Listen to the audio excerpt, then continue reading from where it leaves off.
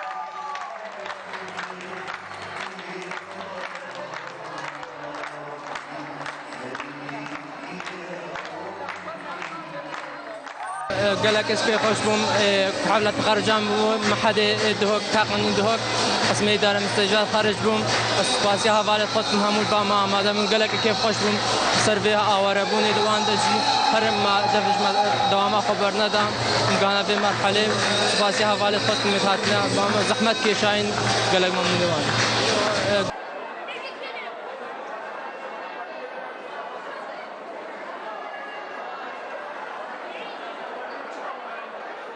ودي أفروجك قال لك خوش الحياة الإسلام هذا أفروجات تالي وقت الإسلام تشتكي شيء إسلام جاه هدف أخوه قال لك في سر بلندم وبأمد أبونا جمهورية منو مالا منو داك بابين قال لك روجك خوش الحياة ودي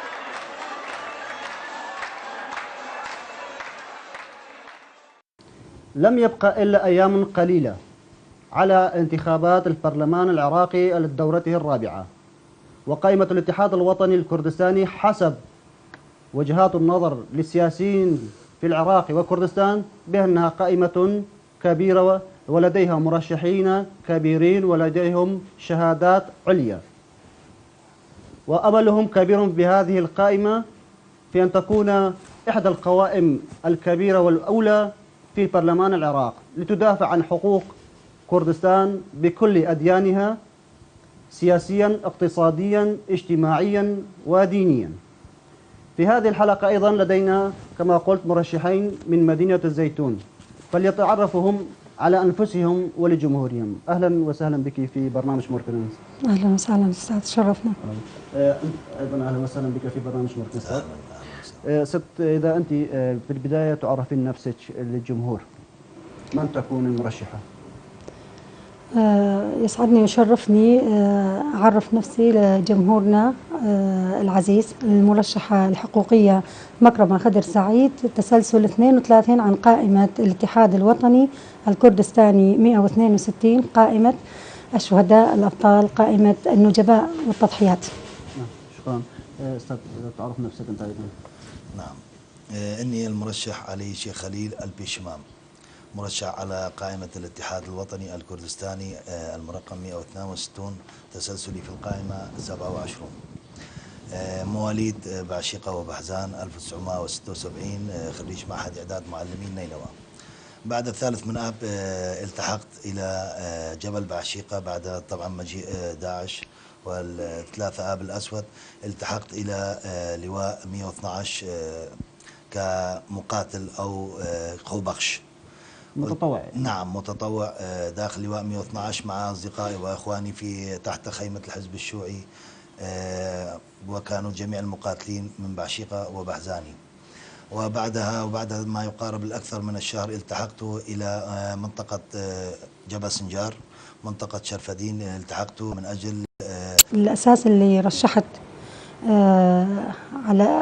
على مودة هي قضيتنا اليزيدية كمبدأ أساس، لأن احنا المكون اليزيدي عانينا من ظلم وتعسف وهمجية في 2014، وكان ترشيحي وليد لهذه المعاناة اللي مرت بها أخوتنا وأخواتنا واللي مرت بها الطائفة ككل. فعلى هذا الأساس كان ترشيحي اللي هو القضية الإيزيدية بالذات، وبالتحديد المرأة الإيزيدية اللي عانت من الظلم والسبي والاغتصاب في 2014. مع العلم احنا كمكون يزيدي نمتلك طاقات ونمتلك طبقات مثقفة واعية. أي إنسان غيور، أي شخص يزيدي إذا كان مرأة أو رجل، أكيد رافض لكل هذا الظلم ورافض لكل هذه المعاناة اللي عانيناها، لأنه إحنا كإيزيدية جت أقوام علينا لا دين ولا دولة ولا علم ولا اسم، لا تنتمي إلى أي طرف، جاءت وجرمتنا على ديانتنا. وأنا كحقوقية ومحامية ومن خلال دراستي للقانون، لا يوجد فقرة أو بند في القانون الدولي العام ككل أو في الدستور العراقي بالذات يجرم إنسان على ديانته أو لغته أو لونه. فكان ترشيحي مبني على أساس القضية الإيزيدية. نفرض أنك ونتمنى ذلك بأنه أنت وصلت إلى البرلمان العراقي، كيف ستخدمين القضية الإيزيدية هناك كما تعلمين سيكون هناك أديان كثيرة، مذاهب كثيرة، سياسات مختلفة هناك في هذا البرلمان. كيف ستكون كمكرمة ستقنع الجميع بأن يكونوا سندا للإيزيديين؟ إن شاء الله وبقدرة الله وطاوس ملك، قدرتي على إقناع الكل في إيصال الرسالة وخدمة أخوتي وأخواني اليزيدية هي من أولوياتي أولا. وأهم شيء صوت الحق دائما مسموع، وكلمة الحق تعلو ولا يعلى عليها. في هذه المرحلة بالذات سأكون الصوت الذي لا يسكت ولا يمل الوقوف تحت قبة البرلمان والمطالبة بحقوق الطائفة ككل، وبالذات حقوق المرأة اليزيدية بشكل خاص. نعم. أستاذ علي، خلينا نقول الشيخ علي، لماذا رشحت نفسك؟ ماذا تستطيع أن تخدم في حال وصولك إلى البرلمان العراقي؟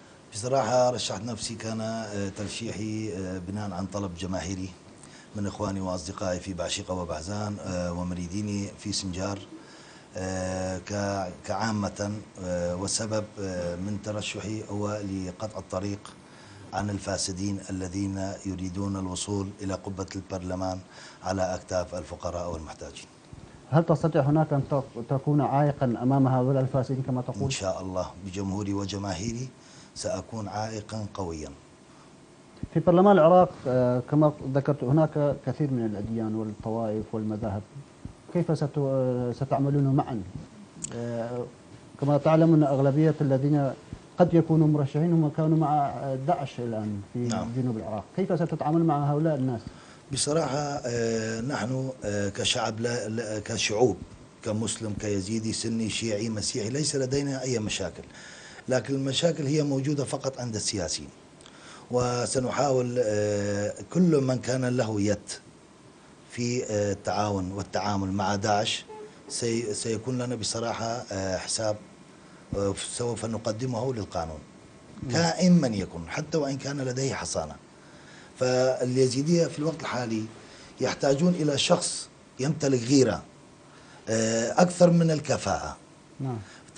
قبل ما يقارب أكثر من 3 أشهر كان أحد الندوات موجودة بحضور السيد المالكي في الحمدانية، ذكر جميع الأطياف المسيحية والكل لم يذكر اسم اليزيدي. ألم يكن رجل من الجالسين يملك الغيرة؟ الخلل عدم وجود الغيرة مع احترامات الجالسين من رجال الدين وغيرهم. أنا أتكلم عن السياسيين. مشكلتنا ليست مع الأحزاب أخي بقدر ما هي مع من يمثلنا في الأحزاب. ألم يكن بينهم شخص لديه ذرة غيرة لكي يقول أين اسم اليزيدي ولماذا تهمشون اسمي؟ فتلك الناس السياسيين إذا لا يستطيع أن يقول هذه الكلمة كيف سيأخذ حقك في البرلمان وغير البرلمان؟ تعقيب على كلام الأخ علي. الكلام اللي تفضلت به هو سوء الاختيار بالنسبة لنا احنا كإيزيدية. دائما مع سوء اختيار من قبل الشعب، لأنه اللي لاحظته الدورات السابقة اختيار النائب يكون عن طريق المجاملة، وبالطبع المجاملة على حساب الحقيقة خيانة. إذا أنت اختاريت الشخص المناسب في المكان المناسب أنت تكون رضيت الله وضميرك. بس في حالة المجاملة يختارون الشخص على أساس اسم كبير وعلى أساس طبقة معينة أو على أساس العلاقات الاجتماعية، إذا كان غني أو إذا كان عنده اسم. لا، إحنا تعقيب على كلام الأخ، المفروض الانتخاب أو التصويت يكون للإنسان صاحب الشهادة والكفؤ والغيور مثل ما تفضلت، لأن أكو هواية ناس يدعون الغيرة بس كلام وإعلان. الغيرة ليست إعلان والغيرة ليست أقوال، الغيرة بذرة داخل الإنسان من ينولد على الدنيا، من هو طفل ولحد الشيب. فأتمنى من خلال هذا البرنامج وبأكثر من لقاء رددت نفس الشيء، أتمنى من يكون انتخاب النائب للبرلمان أو النائبة للبرلمان لا يكون مبني على أساس المجاملة، يكون مبني على أساس الحقيقة.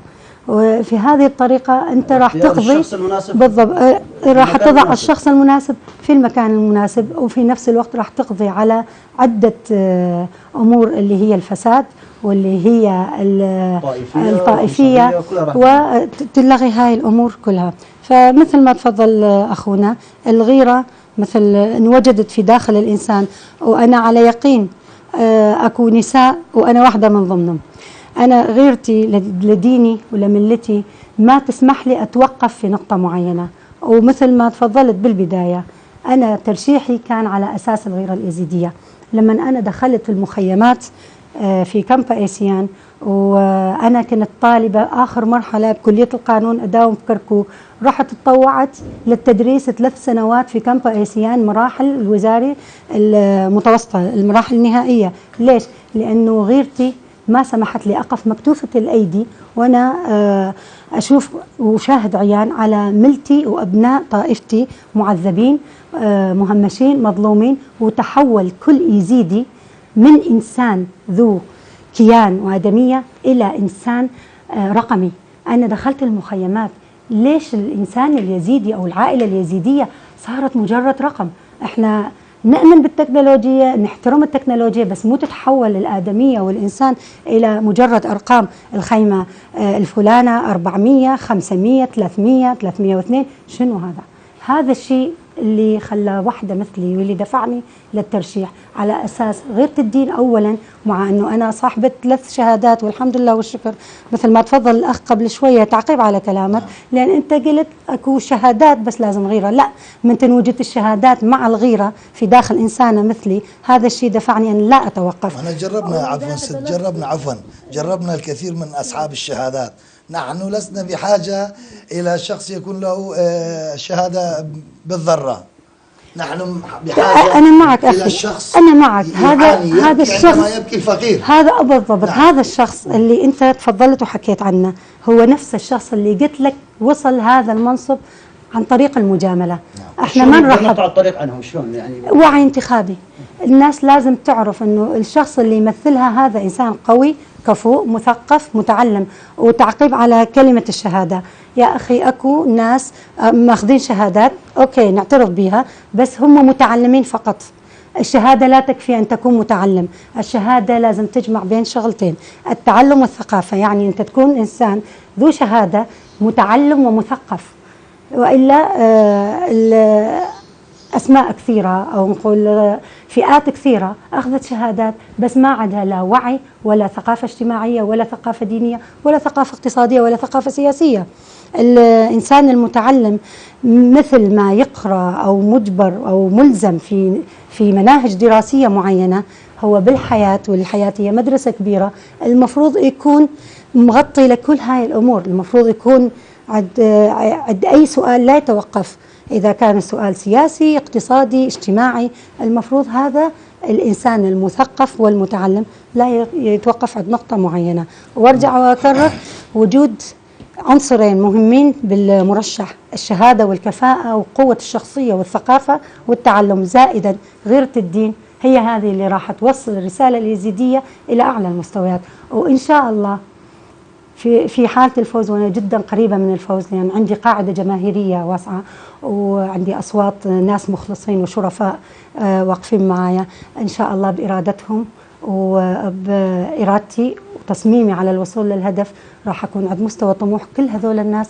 اللي واقفين لحد الآن وراح يقفون بعد الفوز إن شاء الله معي. وإن شاء الله مثل ما تفضل الأخ، احنا حاليا كإزدية حقنا عليهم بالأصوات وهم حقهم علينا بالخدمة أكيد، لأنه الإنسان اللي يصل هذه المرحلة بالضرورة يكون حلقة وصل بين البرلمان والشارع العراقي، وإن شاء الله راح نكون قدر هذه المسؤوليات. رسالة فقط رسالة إلى أهلي في سنجار فقط. نعم.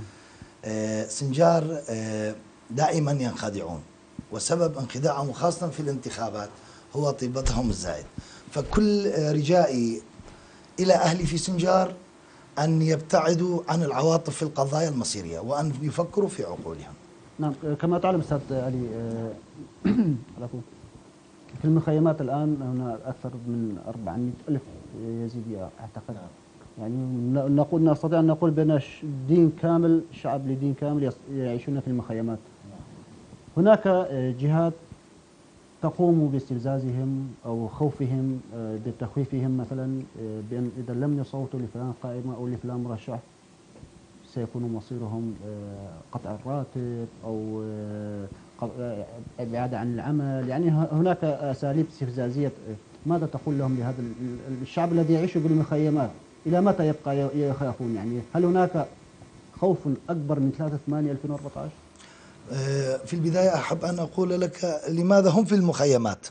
السبب الرئيسي اللي هم في المخيمات هو اختيارهم الخاطئ لمن يمثلهم، بينما بالنسبة للضغوطات من قبل أحزاب أخرى فأنا بصراحة يعني لم أسمع بها إلى اليوم، لا من خلال زيارتي إلى مريديني في كمب مشكو قادية غيره، كمب الموجودين كلهم بالشمال زرتهم، لم أسمع أي ضغوطات. وأنا من الناس كناخب عفوا كمرشح التقيت بالجميع ولم يعني أي شخص يعني يعترضني، يعني هو يعترض طريقي لكوني مرشح على حزب الاتحاد الوطني الكردستاني. هل هناك اعتراض كما تقول عندما تدخل إلى المخيمات؟ لا كلا. يعني الطريق مفتوح لكم نهائيا لا يوجد أي اعتراض.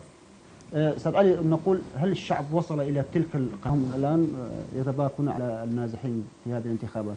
كيف ترى هذه باختصار، التناقض؟ إذا أعطوا أهل المخيمات أصواتهم هؤلاء الناس، فكل رجائي أن يكون وعيهم أكبر من هذا الشيء.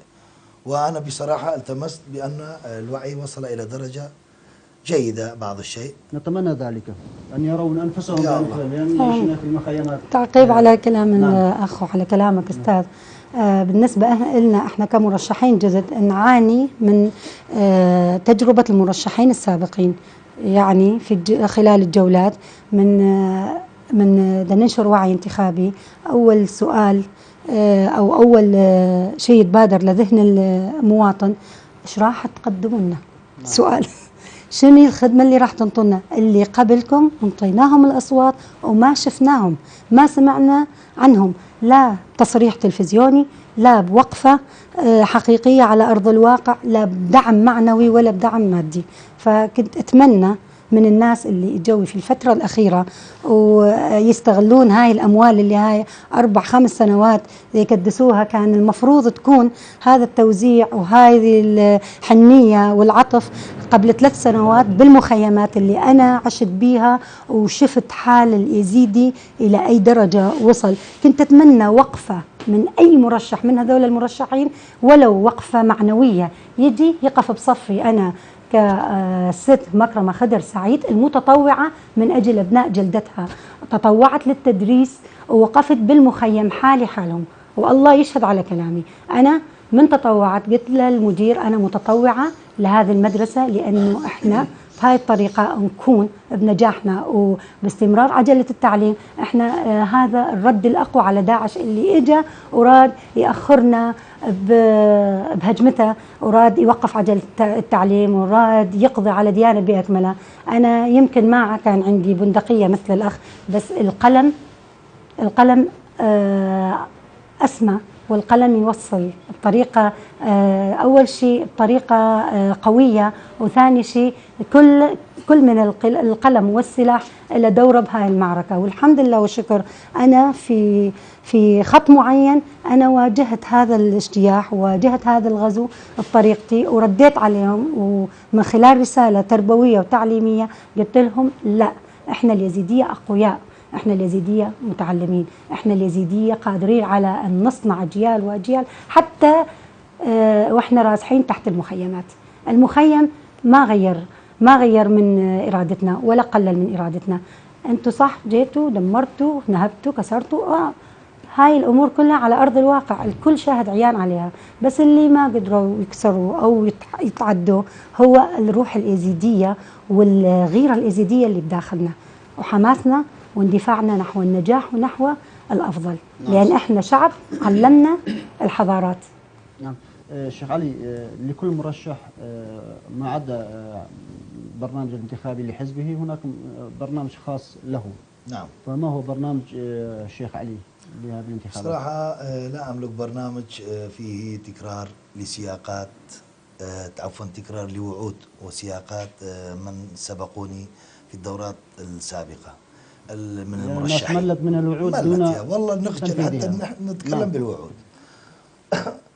لكن من أولوياتي بصراحة هو إيصال الصوت اليزيدي من جميع المؤتمرات والندوات وإعلام العالم في العراق والعالم، إعلام الجميع من نحن وكيف ظلمنا، إضافة إلى دفع الحكومة والبرلمان على إصدار قانون لحماية مناطق اليزيدية وتجريم كل من يحاول أن يكفرهم، إضافة إلى نقل منتسبين بعشيقة وبعزان، نقل المنتسبين والعسكريين بصورة عامة إلى مناطقهم وخاصة بعشيقة وبعزان، وذلك بعد أن نحول بعشيقة وبعزان لأنها تستحق أن تكون قضاء من ناحية إلى قضاء. وبتلك الطريقة نستطيع بناء مديرية للشرطة لكي نستقطب جميع الشرطة والعسكريين لكي يعني يكونوا دوامهم داخل مناطق سكناهم، والعمل يعني تكون تحت إدارة ضباط من أهل باشقة وبعزان تابعين وزارة الدفاع والداخلية. نعم، فاصل ونواصل.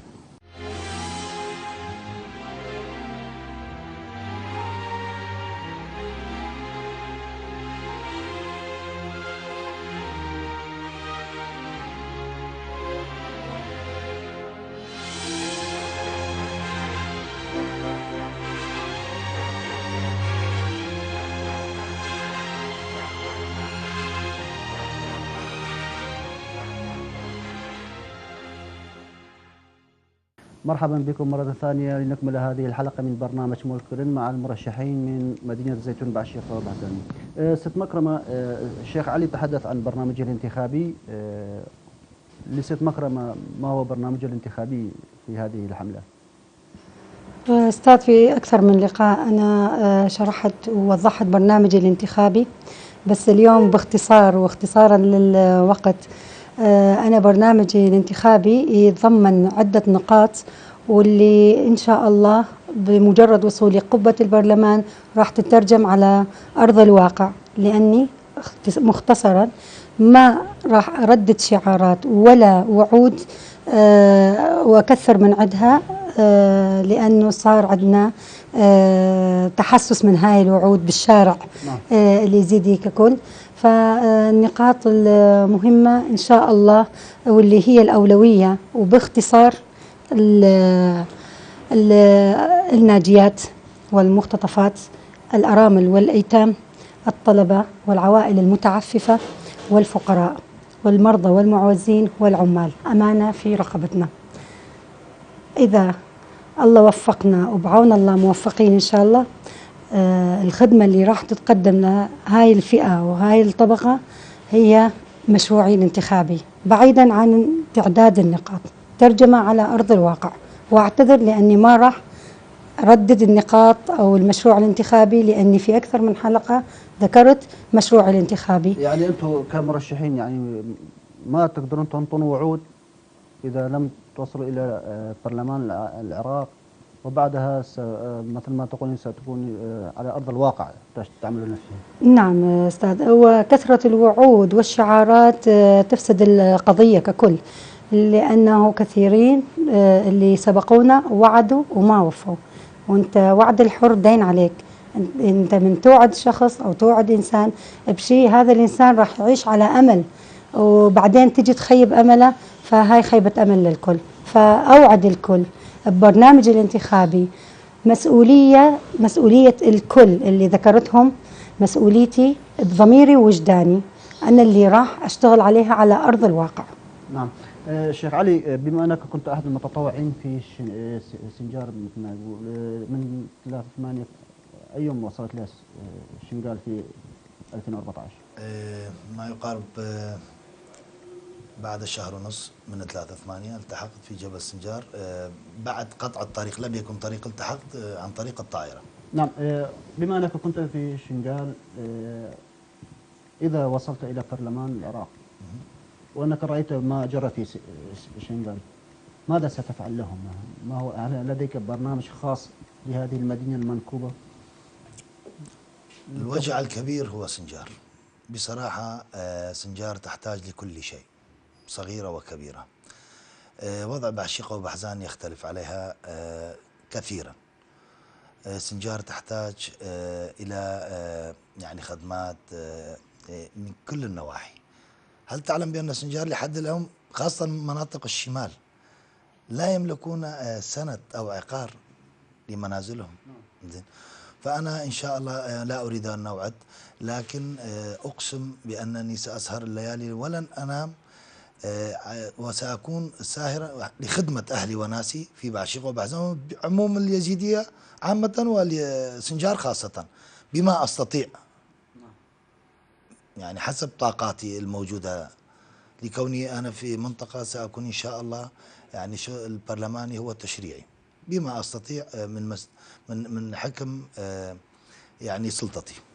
يعني بما أنك نتمنى أن تكون هناك في قبة البرلمان، هل ستستطيع أن تخدم هكذا أشياء بوحدك، أم ستكون هناك تحالفات مع أحزاب أخرى ومع قوائم أخرى هناك لكي نعم لكي تنجح هدفك ما تريد أن تصل إليه؟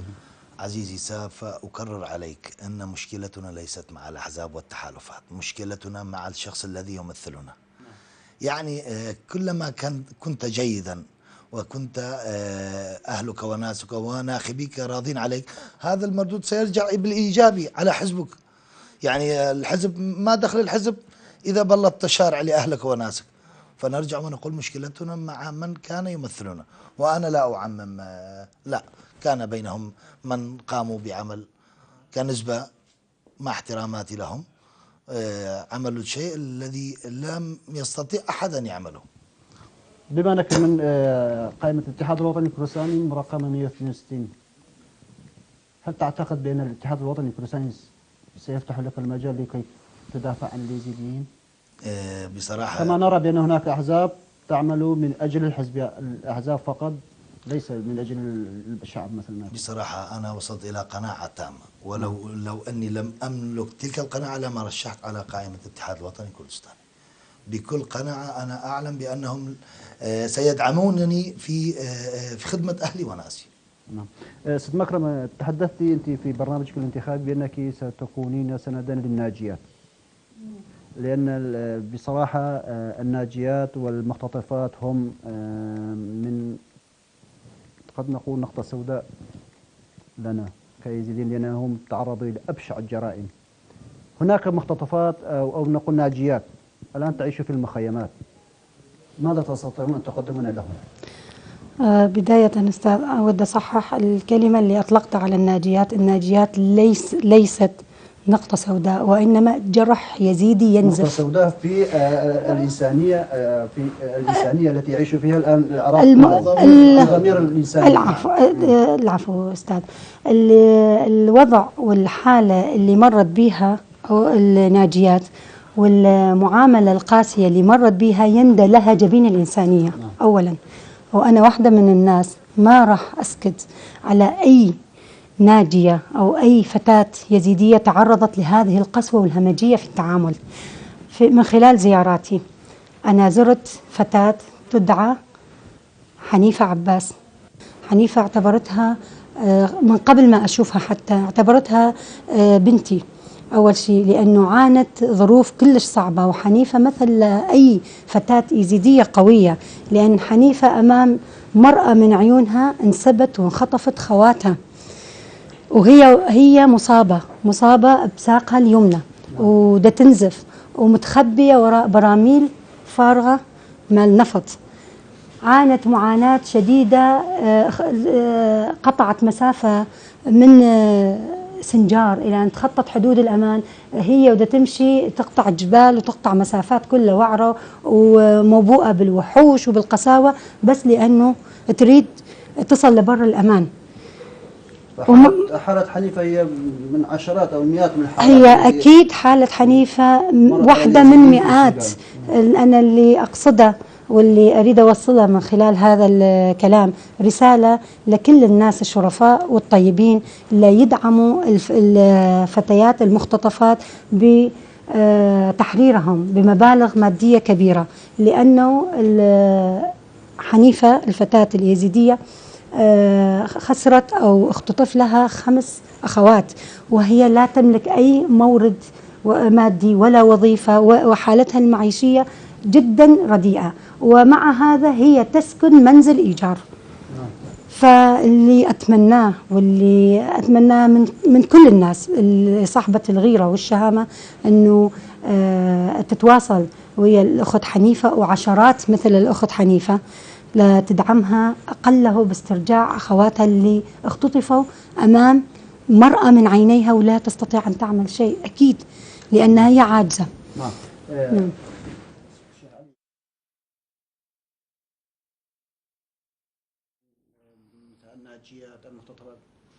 إذا تكلمنا عن المرأة بصورة عامة فلدي في برنامجي كثير لهم، لأنهم يعتبرون نصف المجتمع، من أنا ومن أنت بدون المرأة.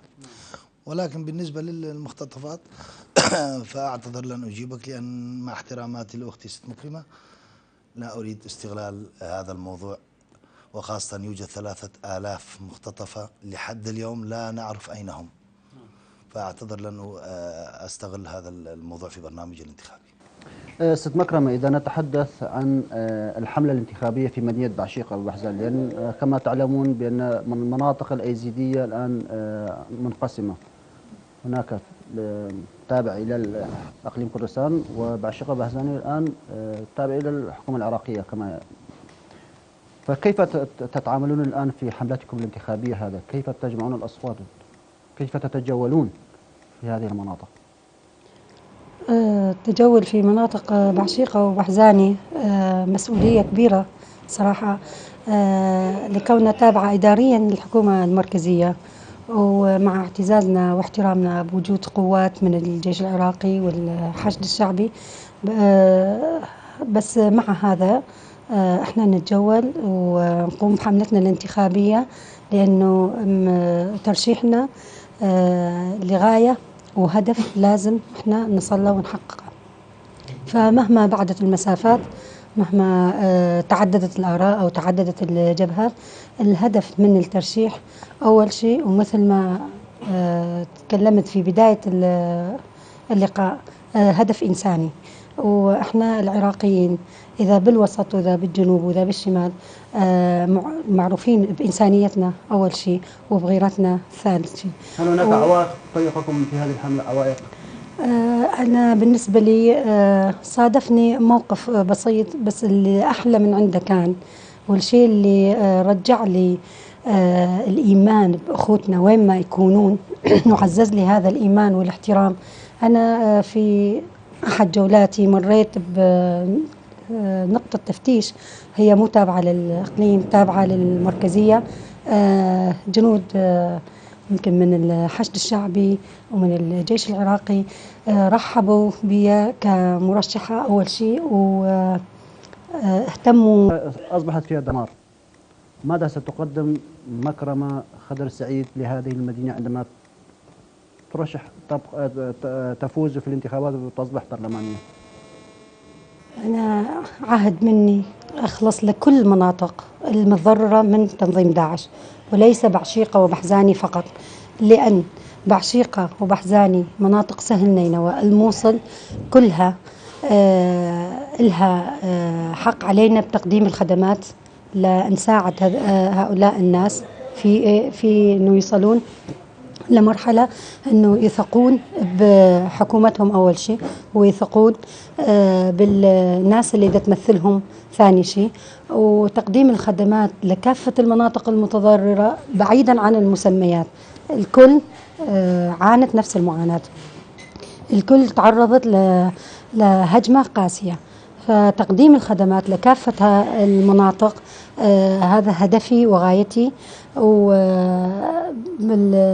والهدف الأسمى بعد من عنده إرجاع كافة النازحين من مخيماتهم إلى منازلهم، وعودتهم عودة مشرفة، ويكون على شرط أنه يكونوا الناس ترجع لهم كرامتهم وعزتهم وانتمائهم لمنطقتهم. الشيخ علي، كيف ستساهم في بناء مدينة بعشيقة في حال فوزكم في الانتخابات القادمة؟ سبق وأن قلت لك لا أريد أن أوعد أحدا، ولكن يوجد في برنامج الانتخابي الكثير. ولكنك ستحاول. نعم، سأحاول بأقصى جهد ممكن لكي نعطي بعشيقة وبحزاني موقعها الأصلي. بصراحة بعشيقة وبحزان الإعلام الكردي والعربي غائب عليها. نعم. وخاصة ولهذا نحن اليوم جئنا نعم. إليكم إلى هذه المدينة. شكرا، نشكر جهودكم. يعني بعد تحرير المنطقة تعتبر بعشيقة وبحزان المنطقة الأولى على جميع المناطق، يعني بالنسبة للمناطق المحررة من يد داعش. نعم. المنطقة الوحيدة التي تم بناؤها وإعمارها عن طريق شباب المنطقة من الخدمتكارين ومن رجال الدين ومن جميع أطياف المنطقة، ولكننا لم نرى تسليط الضوء، كنا مهمشين إعلاميا بصراحة. بعشيقة وبحزان لديها طاقات تستطيع إدارة العراق كامل. يعني كما تفضل بنا، كان التعمير عن طريق شباب متطوعين. نعم. من هذه الناحية. نعم، مزارات. هناك أي دعم من الحكومة العراقية والمركزية لا والمنظمات؟ نهائيا، لكن في الآونة الأخيرة بصراحة كان للمنظمات دور جيد في بناء بعض المنازل وترميم بالأحرى، وليس بناء، ترميم المنازل. نعم. نعم. ست مكرمة، هناك نرى شعارات كبيرة جدا أمام بعض الصور المرشحين: سوف نفعل هذا، سوف نطبق هذا. هل تعتقدين بأن البرلمان يستطيع أن ينفذ تلك الشعارات الكبيرة، أو أم إنها فقط لجلب الناس، أو مثل ما يقولون لأخذ الأصوات من الناس؟ سيدي الكريم، أنا ببداية الحديث قلت لك أنا مبتعدة جدا عن هاي الشعارات، وقلت لك كثرة الشعارات والوعود تفسد القضية من أساسها. البرلماني الجدي والبرلماني اللي خلى نصب عينه هدف ليحققه ما محتاج لكثرة شعارات أو كثرة وعود. البرلماني فعله على أرض الواقع، على أرض الواقع. الشيء اللي أنت هاي الوعود وهاي الشعارات المفروض لا تكتب، وإنما تطبق على أرض الواقع. الشيخ علي، الوقت يداهمنا، فهل تعتقد بأنك في حملتك الانتخابية أوصلت رسالتك إلى الناس لكي ينتخبوك؟ بكل ثقة نعم. هل تعتقد بأنك ستفوز في هذه الانتخابات؟ بكل ثقة نعم. نتمنى ذلك. ست مكرمة، هل تعتقد أنك أيضا أرسلت رسالتك إلى الناس؟ أكيد بالطبع وصلت الرسالة، والرسالة كانت رسالة إنسانية بحتة، والدليل أنه الناس اللي كانت مقررة مقاطعة الانتخابات بعد ما شفتهم وقابلتهم وزرتهم انقلب الوضع تماما، وتحول إلى مؤيدين 100% ومشاركين 100%. والفوز أنا كل ثقة في تحقيق الفوز، لكوني عنصر نسوي أول شيء، وثاني شيء لثقة الجماهير بي وثقة الناس، وإن شاء الله راح أكون عند مستوى طموحهم، راح أكون رفعت رأس الكل. إن شاء الله. عفوا، أنا دائما أشبه الانتخابات إلى موسم الحصاد، فإذ كنت قد زرعت شيء فسوف تحصده، وإن لم يكن لديك الزرع فلا أتصور أنك ستحصد شيئا. نتمنى أنكم تحصدون شيء إن شاء الله نهاية هذه الحملة الانتخابية. كلمتك الأخيرة في هذه كشيخ علي مرشح لقائمة الاتحاد الوطني الكردستاني مرقمية فلسطين. أتمنى أن يكون الانتخاب يكون بعيدا عن العشائرية والحزبية والمناطقية، وأن يكون تركيزهم بمن خدمهم وبمن يعني لديه علم بأوجاعهم وعاش مأساتهم، وخاصة من أهلي في سنجار. أتمنى منهم أن يبتعدوا كل البعد عن عفوا، أتمنى من أهلي في سنجار أن يبتعدوا عن العاطفة، وأن يركزوا وأن يفكروا بعقولهم، وأن يختاروا الشخص المناسب الذي يستطيع أن يخدمهم. نعم بالضبط. شكرا. نعم. ست مكرمة، كلمتك الأخيرة. كلمتي لأبناء جلدتي والمواطنين اللي وضعوا ثقة بي، أتمنى يكون تصويتكم للإنسان المناسب، وأهم شيء طريقة التصويت، وثاني شيء التصويت هو الحق الديمقراطي المشروع لك يا أخي المواطن. فبادر للمساهمة بالانتخابات، حتى وإن لم ترشح أي أحد أو تنوب أي أحد عنك، فمارس حقك الطبيعي والديمقراطي والمشروع في بلدنا، ولا تنسى أن هذا الحق المشروع الوحيد الذي يمكنك عن طريقه التحكم في تأسيس حكومة. شكرا لضيافتكم اليوم في مدينة الزيتون. مشاهدينا الكرام، في نهاية هذه الحلقة نشكر المرشحين مكرمة خضر السعيد تسلسل 32 عن قائمة الاتحاد الوطني الكردستاني 162، وأيضا المرشح علي شيخ خليل البيشمام تسلسل 27 من قائمة الرئيس مام جلال 162. نتمنى أن نراهم في قبة البرلمان لكي يكونوا سندا لأهلهم والدفاع عن حقوقهم.